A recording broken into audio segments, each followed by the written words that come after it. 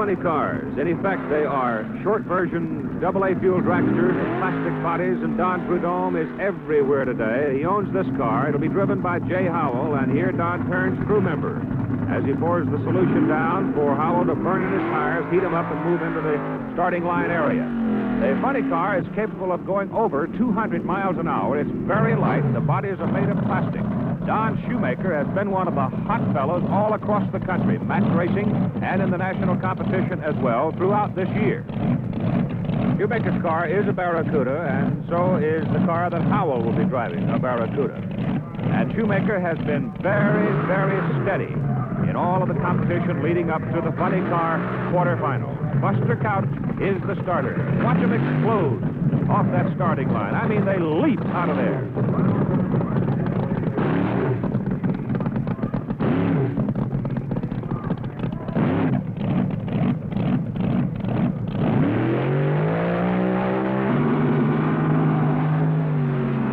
Smoking off the line, and Shoemaker at the top end pulls away to a comfortable win, 7.07 seconds, elapsed time better than 210 miles an hour for the winner, Shoemaker. So Don Prudhomme, himself a winner just moments ago, watches his Barracuda lose in the funny car quarterfinals. In case you wonder why these are called funny cars, the reason for that's very simple. A few years ago, when they first came on the scene as an experimental class, the public address announcer called them a funny car. The name stuck. No one's come up with a better one yet. Now we see Bruce Larson and Bobby Wood. That's Bobby Wood, covered up by the smoke as he heats up his tires in a Chevy 2, the red one, and really steaming things up. That Chevy 2 has crushed the power, incidentally. He'll be running in the near lane, and Bruce Larson and the Camaro will be in the far lane. They're ready to go.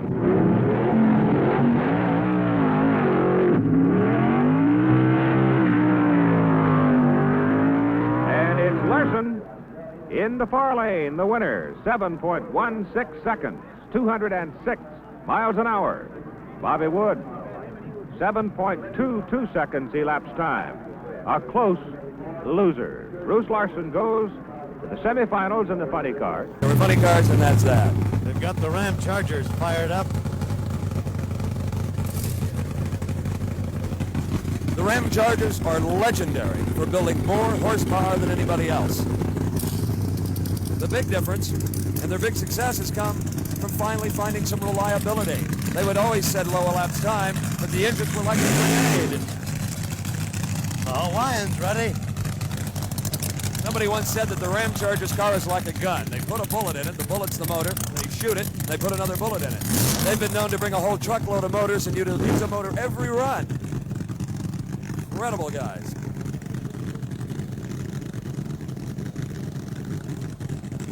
Roland Leon could make it 2 in a row. He is the defending champion car owner. Roland did it here in 1966 when he won the Winternationals and came back the next year with a different driver and won it again. From the way they both burned out, they appear to be ready to go. Boy, are they ready. The burnouts are so hard that the tire smoke has even filled up the cockpit. Butch Moss may be having a little trouble seeing out of that car. Listen to that Ram Charger's motor. Just crisp and clean.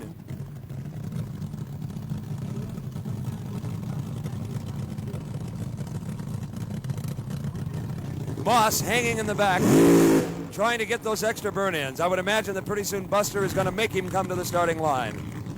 That was probably what the owner of the car was talking to the starter about. He's got his man working a little extra hard on it.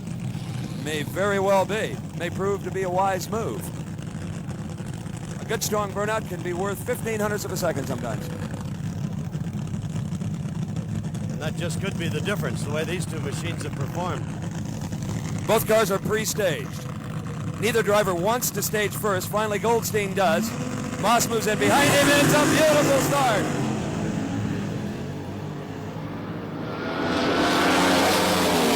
What a finish. The Hawaiian. Roland Leon makes it 2 in a row. The first big win ever for Butch Moss, the first time he drives the car. Boy, that is almost an Horatio Alger story. Low elapsed time of the event for funny cars, 6.93 seconds, 212 miles per hour. Here's the replay. You just can't make them any closer than that. Not hardly. One Not hardly. car length between them at 400 feet a second. That is Pat Foster in the red car. He'll be on the outside lane. He has the yellow streak down the side of it against Dale Pulte, also in a red car. Now, both of them are taking their time, warming up here. They're going out of the bleach box, cleaning off those tires. Here comes Pat Foster, who had the top qualifying time here. But they're going back and forth quite a bit, and that is cooling off the tires. And if you get too much horsepower and those tires cool up, you might go up in smoke, lose traction. We'll see what happens here. They faced each other just a few weeks ago, and Dale Pulte won that one. Pulte on the inside, Foster on the far lane. There they go, and look at the smoke behind Pat Foster. He's going up in smoke, losing traction. Looks like Pulte all the way, and Pulte is the winner. His time, 7.57, 181.08 miles per hour. And once again, it's not the speed at the end of the course that wins, it's the lapse time over the quarter mile. And that's why the start is so desperately important. There's our winner, Dale Pulte, going into the finals. Here's our other semifinal pair. That's Ed McCulloch right there, coming out of the bleach box. He'll be facing Jake Johnston. There's Johnston. Wait a minute, he lost his chute. Both these cars are blue. That's Jake Johnston in the near lane. Now, whether he can run or not, I don't know. They're trying to get... No, they're not going to put it back in. They're just going to take it off. Now, it's a question of whether he can run without a chute or not, because it's quite dangerous. You probably reach 200 miles an hour at the other end. Buster Couch, the starter's asking, can he go? And they're saying, yes, he can. So here we go. Jake Johnson versus Ed McCulloch. And there's a red light on the right-hand side for Jake Johnston. And I believe he breaks down. An easy run for Ed McCulloch. Has to make it. He's the winner in the slow time, naturally saving his car, 7.79. And Jake Johnston broke down. I think it's his rear end. The same thing happened at the Super Nationals last year. Here's Frank Hall. He hails from Linwood, Washington, one of the rising stars of drag racing. He's matched up against the Motown Shaker. This car from Mount Clemens, Michigan, driven by Al Bergler. You see on the back the parachute pack. The parachute's encased in this aluminized cloth, protecting them from fire. As you saw Mert Littlefield, the fire can billow out underneath the car and damage the parachute. It pops out with a spring-loaded pilot chute and helps slow these cars. They used aircraft-type disc brakes to stop them from their speeds of some 230 miles an hour. Full fire suit, face mask, breathers, and of course the goggles that will be put down before Al Bergler makes his run. They're now approaching the starting line in the center of the track. You see the Christmas tree. We'll talk about this Christmas tree a little bit later in the program. Frank Hall making a correction right there in the middle of the course. As the car started to drift towards the center line, he goes through the quarter mile in 6.72 seconds as a very dejected Al Bergler, as something breaks in the funny car. His lovely wife, Jeannie, in to talk with him. You see the burnout being made by Cheryl Greer from Warner Robins, Georgia. Having one of his best years ever, Cheryl Greer, a longtime drag racer. He's meeting up against a relative newcomer in the sport, driving Jim Green's Green Elephant from Linwood, Washington. This is Frank Hall. Clouds of smoke covering the track. We're in semifinal, or round number 3 action. 4 cars remain. Now just 3. The winner of this to meet Bobby Rowe in the finals. A good start by both cars. But in the middle of the course, you can see it's Frank Hall. An overflow crowd at Amarillo Dragway, thrilled with excitement at the Pro Stock and now Funny Car Finals.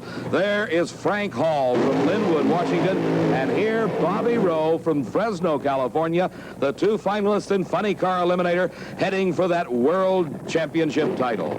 Over $25,000-$30,000 invested in these fiberglass replicas of today's modern muscle cars. Late model, supercharged, fuel-burning engines, 1,800 horsepower, speeds over 230 miles an hour. The crews edging up to the starting line, watching ever so close every action by both drivers. Starter Buster Couch intently gazing at the Christmas tree, making sure both drivers are ready. The tree goes green. They leave together, a tremendous race. Bobby Rowe Frank Hall nearing the center line, but not crossing, and he is there first. A little bit of smoke out of the car, but everything okay. And there you see Frank Hall winning Funny Car Eliminator.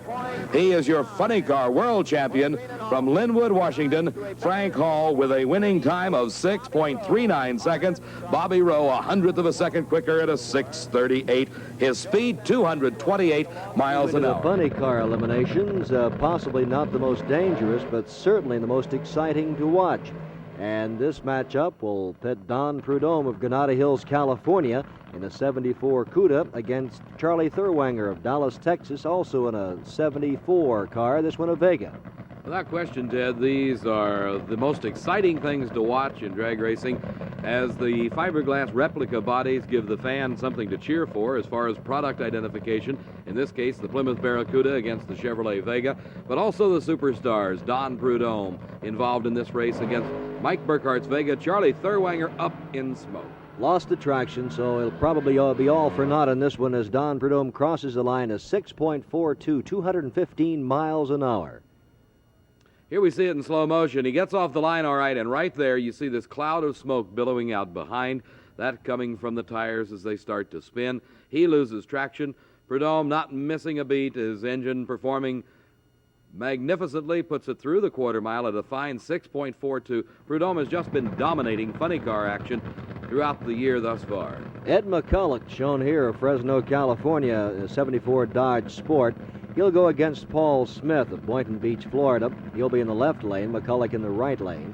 There we saw a good example of how the mechanics and the driver get in and out of these cars. The body raises up from the front, the engine, the tubular chassis, all the fire equipment, the fire bottles, and you see here the face mask, the breather mask, and the full fire suit required of all the drivers in these funny cars and in many other types of competition cars in NHRA competition.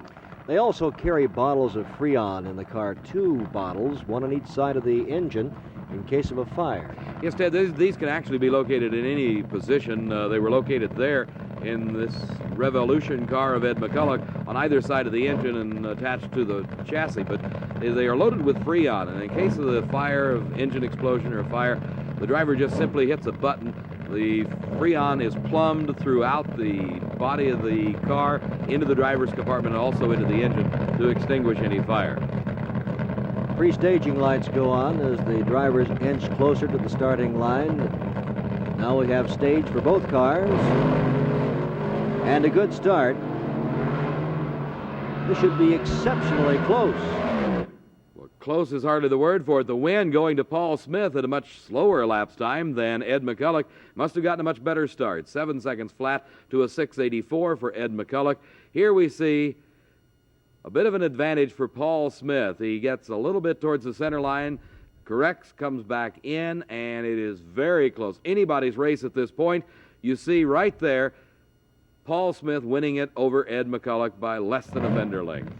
Back at the starting line, Tom Prock of Utica, New York in a 74 Dodge. He'll be in the right lane. This is Paul Radici and Wise out of St. Louis, Missouri in the Chevy Vega. And looking in and seeing Radici, the goggles, the fire mask, the breather mask where they can breathe through those filters and the nitro fumes won't bother them at all. Tremendous concentration at this point. Really, this is where it is all happening, is at the starting line, and these drivers concentrating completely on getting the best reaction time possible. A good race to this point. This will be very close. Some smoke out of the Radici and Wise car, obviously the motor giving him some problems. 6:57 for Tom Prock. And let's take a look at this one again in slow motion. They leave the line together. Things look very good at this point, as you can see. And there it is.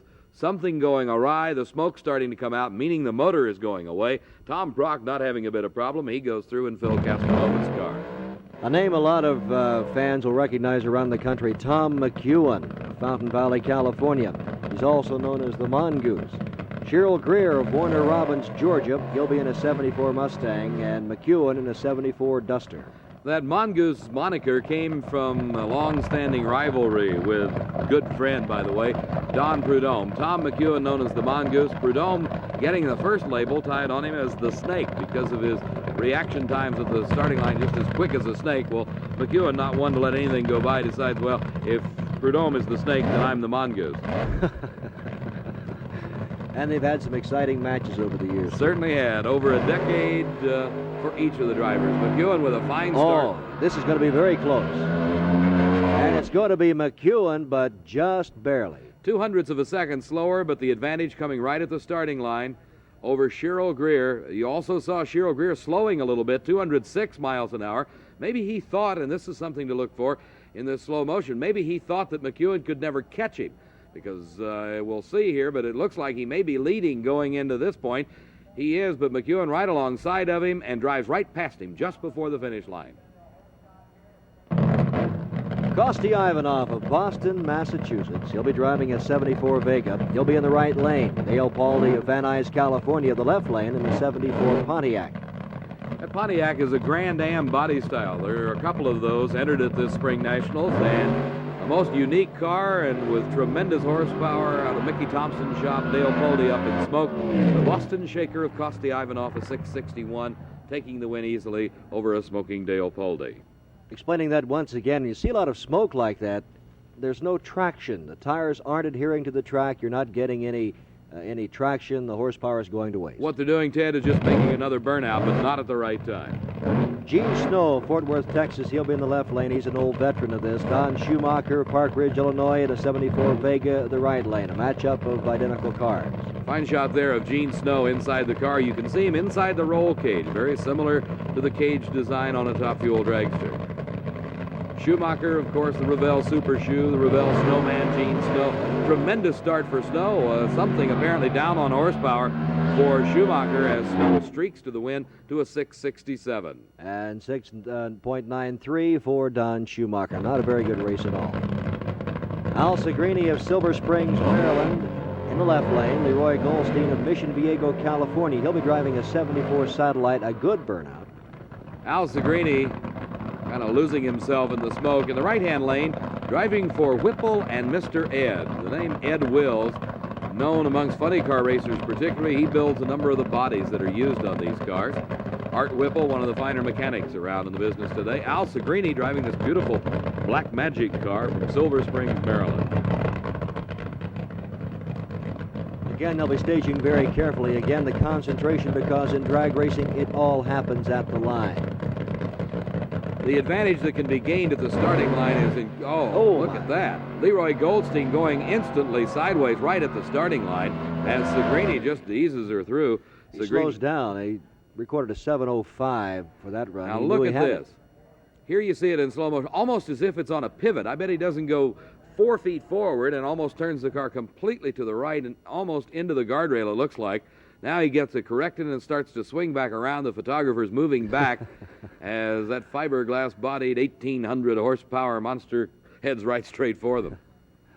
Good reaction time on the photographer's part. Also good reaction time on the part of Leroy Goldstein. He was headed straight for the guardrail and yet saved any damage to that fiberglass body. What could have caused that, do you think? Could have been anything, Ted. Could have been water under the tires, one wheel pulling, the other one not, like you would drive a Caterpillar tractor, something like that. Could be some problems in the differential, also causing it to turn that way. Now back at the starting line, John Shoemaker of Farmington, Michigan. He'll be in the left lane. Larry Fullerton of Jacksonville, Florida. Fullerton driving a 74 Mustang and Shoemaker a 74 Pontiac. Fullerton's Trojan Horse Mustang is one of the few 74 Mustang II bodies in funny car racing today. It certainly is one of the lowest and wind cheating that you could ask for. He also has problems putting all that horsepower to the ground, too. And there's the time. 7:46 the winning time for 14:72 for the losing end. 2,000 horsepower propelling these funny cars at speeds over 240 miles an hour from a standing start in just 1,320 feet. Here is the first race of this round. Quarterfinal action. It's Jungle Jim Lieberman against Raymond Beadle. In other action this round, Denny Savage driving the Tri-Town Hustler to beat Norm Wilcox, but Wilcox unable to answer the call. Little John Lombardo beat Tom Brock, and we're ready between Beadle and Lieberman. Raymond Beadle's Mustang, 6.16 seconds, moving very strong as he defeats Jungle Jim Lieberman. Here's the car that has dominated it. In fact, Don Prudhomme has already annexed the World Championship title as he has earned enough points without even winning this race to become the world champion for 1975. His competition, Pat Foster, the Chicago Patrol. Don Prudhomme has already gone 241 miles an hour with a funny car, the fastest man in history ever to drive a full-bodied car through the quarter mile. He is looking for that magic 5-second run with a funny car. No one has ever done it before. Can Don Prudhomme do it here at the NHRA World Final? In this pass, it'll be Don Prudhomme against Pat Foster. Foster out of Chicago, Illinois. The all-important start.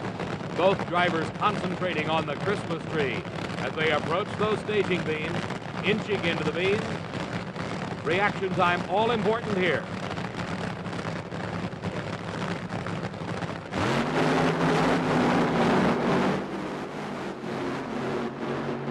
Don Prudhomme easily outdistances Pat Foster, a 6.17.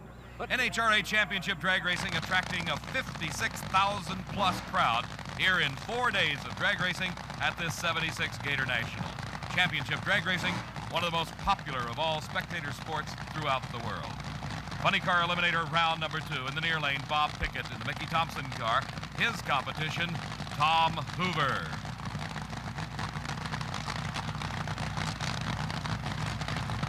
Sitting patiently, waiting for the green light, then exploding into action.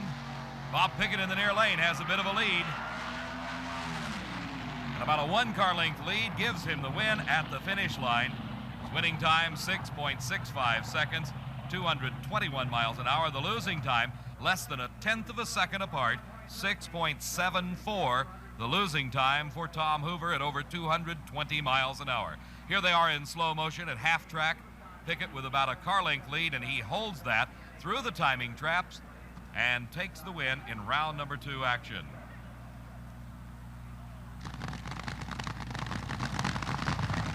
Cheryl Greer from Warner Robins, Georgia, the Mustang-bodied car. Here's the Dodge of Tom Prock. These the Castronova brothers. They hail from Utica, New York, and here in Gainesville, Florida, the weather absolutely magnificent. Beautiful sunshiny day. The overflow crowd watching as Tom Prock goes up in smoke, and it is Cheryl Greer taking an easy runaway victory in round number 2. He recorded a 6.40 seconds at over 207 miles an hour. The next pair, burnouts completed. It's Tommy Ivo in the far lane. That's TV Tommy Ivo, former dragster racer, now converting to a funny car. For 1976, this his second major event. His competition, driving Bill Shifsky's car, is Topper Kramer. Both cars now staged. The green light comes on, and it is Topper Kramer with a bit of a hole shot. Oh, what a close race. Tommy Ivo just pulling it out in the last 1/8 of a mile, as the hole shot definitely appeared to go to Topper Kramer. Let's watch. Dancing off the starting line is Kramer, what appears to be about a 1/2 a car length lead, but here comes Tommy Ivo in the slow motion replay with a 1/2 a car length victory at the finish line at 6.49 seconds. The losing time, 6.56 seconds. The final pair in this second round of Funny Car Eliminator, Don the Snake Prudhomme in the near lane. In the far lane, Johnny White. White with problems, Prudhomme an easy run. But a lot of smoke out of Prudhomme's car, indicating some burned pistons. And racing we do, Steve, in round number 2, 8 cars remaining in Funny Car Eliminator. Waco Willie, they call him, Billy Meyer from Waco, Texas. He is against Dodger Glenn. Dodger Glenn out of Newcastle, Delaware, drives the frantic Ford. Both cars, having completed burnouts, inch their way into the staging beams, ready for a blast down the quarter mile. Let's take a look.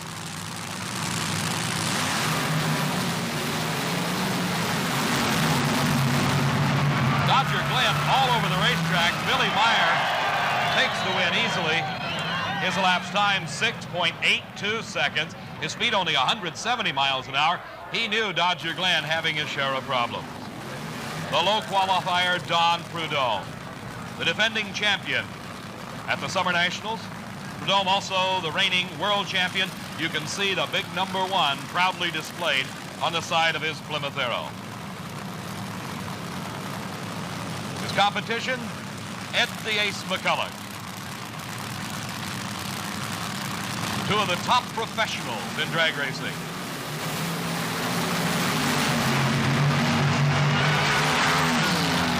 McCulloch into problems right off the starting line. Prudhomme with an outstanding 6.26 second elapsed time, 227 miles an hour.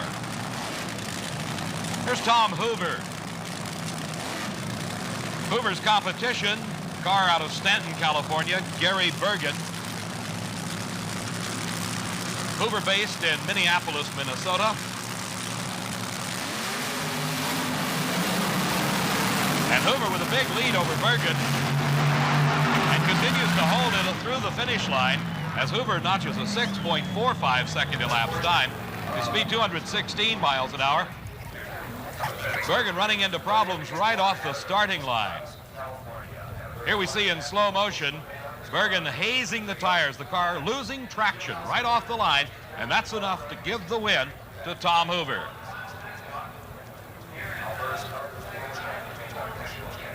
The crew on the return road lifting the bodies so Hoover can get out and start to disrobe from the extremely warm fire suit worn by all drivers in Top Fuel and Funny Car. R.C. Sherman in the Black Magic car. This one of the few Corvettes in drag racing, Tom the Mongoose McEwen.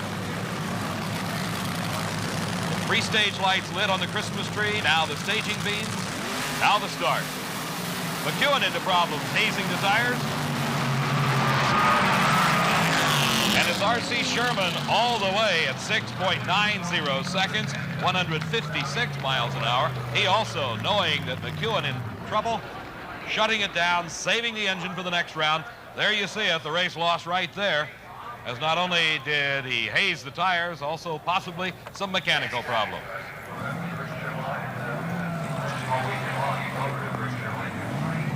Those machines just pouring out that horsepower, gulping, inhaling that nitromethane as they move into the staging area.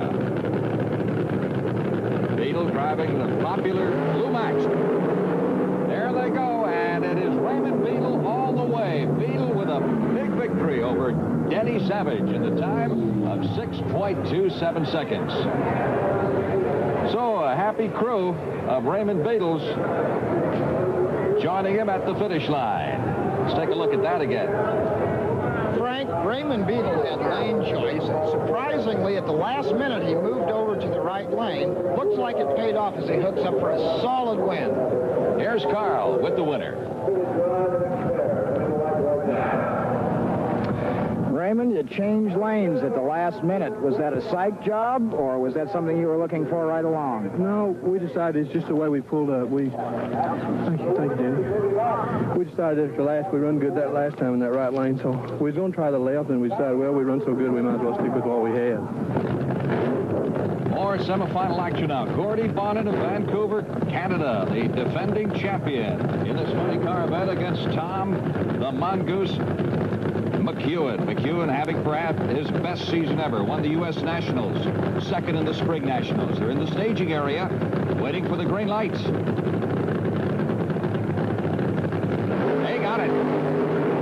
Oh, tight race. Bonnet out in front. McEwen coming on strong. It is McEwen, the Mongoose, by a whisker. 6.22, just 600ths of a second separating the two racers. Here you see it again. You see the jump that Bonnet got, but McEwen coming on very strong at the finish. Here's Carl with the Mongoose. Tom, when we talked to you earlier today, you said if you got past Prudhomme in the second round, you were going to win the race. You're in the final. How do you feel about it? Feel real good. Everything's going according to plan. I'm just racing a man for man on how I think I have to do without taking a chance on spinning the tires. He got out of me a little bit off the starting line, but I had plenty of power in the middle. I want to make sure it got off the starting line. So I don't know what we turned. 6:22. So we got lane choice against Beetle. Here is Gordy Bonnet, the Nationals champion. He's got that right lane. Let's see how he can do as he comes up against the Hawaiian, the car owned by Roland Leong and driven by Ron Colson. In the previous round, Colson ran a 6.35 second elapsed time. while Bonnet ran a 6.40. Just 0.05 of a second separated their performances. Bear in mind they were both in the left lane in the previous round, and by virtue of the lower ET, the lane choice going to Ron Colson here in the semifinals.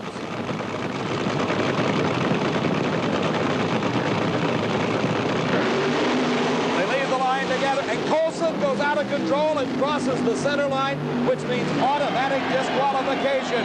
So Gordy Bonnet moves into the finals. A fine 6.64 second elapsed time. His speed 231, as the best time turned yet today seems in that right-hand lane by Gordy Bonnet. Right here is Ron Colson out of control.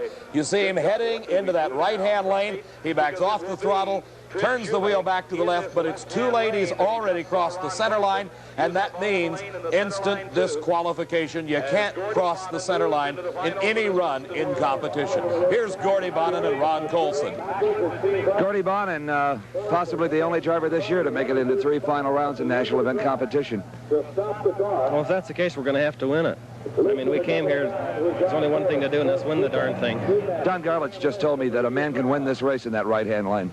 He's not wrong. I don't know what we ran, but it felt pretty good for that lane. It felt the best run I've felt or seen all weekend in that lane. In the 660s, and let's go back up to the starting line and see if you win lane choice. Okay. Okay, let's watch. As Gordy Bonnet watches, John Force hopefully overcomes his mistake of the previous round and will start the car in low gear off the starting line. He had a big break as he wanted his crew member directing him back into his own tracks, trying for the traction that he hopes against hope will be there. Alongside of him, Trip Shoemake. Driving for Johnny Loper. Shoemake hailing out of Phoenix, Arizona. As he told Steve a little bit earlier, this is the first time he got to the semifinals of a national event this year. In the previous round, Shoemake with a 6.60 easily outdistanced the time by John Force. But all important right now is how quick will they run to determine who gets the lane choice in the finals against Gordy Bonnet. And they both smoke the tires. John Force drifting out towards the guardrail. He backs out of it and gets back in it, but it's too late as Trip Shoemake moves into the finals.